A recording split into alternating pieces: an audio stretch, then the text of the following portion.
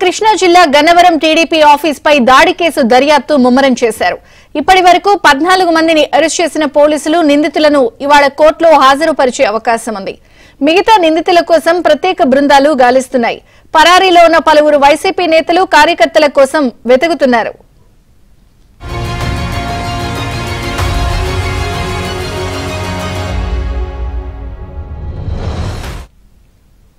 కృష్ణా జిల్లా Gannavaram TDP office పై దాడి case దర్యాప్తు ముమ్మరమైంది. మరిన్ని వివరాలు మా ప్రతినిధి ప్రసాద్ అడిగి తెలుసుకుందాం. ప్రసాద్,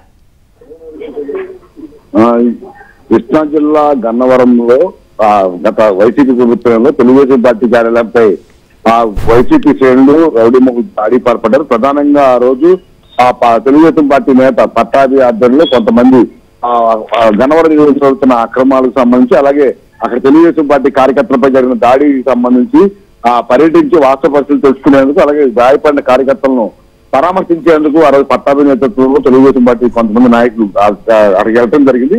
ఆ సమయంలో వారిని అనుమతి లేదంటూ అడ్డుకోవాల్సి, పోలీసులు రూల్ ప్రకారం అడ్డుకోవాల్సి ఉండగా వైసీపీ కార్యకర్తలే వారిని అడ్డుకోవడంతో పాటు ఇష్టానుసారంగా దాడి చేశారు. ఇదే క్రమంలో అక్కడ ఉన్న తెలుగుదేశం పార్టీ కార్యాలయంలో చొరబడి మొత్తం ఫర్నిచర్ ను ధ్వంసం చేయడంతో పాటు సీసీ కెమెరాలతో సహా మొత్తం పూర్తిగా విధ్వంసం సృష్టించారు. ఇంకా ఆ రోజు అక్కడ అడ్డుకున్న ఈ దాడిని అడ్డుకునే తెలుగుదేశం పార్టీ కార్యకర్తలపై కూడా ఇష్టానుసారంగా దాడులు చేసిన పరిస్థితి. అయితే ఆ రోజు వారి తెలుగుదేశం పార్టీ కార్యాలయంపై దాడి చేసి గాయపరిచిన వారిని కాకుండా ఎవరైతే తమకు అన్యాయం జరిగితే తమపై దాడి ఫిర్యాదు చేశారో వారే రెచ్చగొట్టారంటూ ఆ రోజు పోలీసులు కూడా ఆ తెలుగుదేశం పార్టీ నాయకులపై కేసులు నమోదు చేశారు. ఈ పరిణామాల నేపథ్యంలో ఎవరైతే దాడి చేశారో వారు మాత్రం శుభ్రంగా తప్పించుకున్న పరిస్థితి. కానీ ఇప్పుడు కోట ప్రభుత్వం అధికారంలోకి వచ్చిన తర్వాత గత ప్రభుత్వంలో ఎవరైతే అన్యాయంగా అక్రమంగా వ్యవహరించారో వారందరిపై కూడా మళ్ళీ రీ ఎంక్వైరీకి ఆదేశించడం జరిగింది. ఈ ఎంక్వైరీలో సీసీ కెమెరా ఫుటేజ్ కూడా పరిశీలించిన తర్వాత వరుసగా ఆ రోజు జరిగిన ఘటనలు మళ్ళీ వాస్తవంలోకి వస్తున్నాయి. వైసీపీ కార్యకర్తలు ఉద్దేశపూర్వకంగా కుట్రపూరితంగానే ఆ రోజు ఒకేసారి దాడి చేసినట్టు కూడా గుర్తించారు.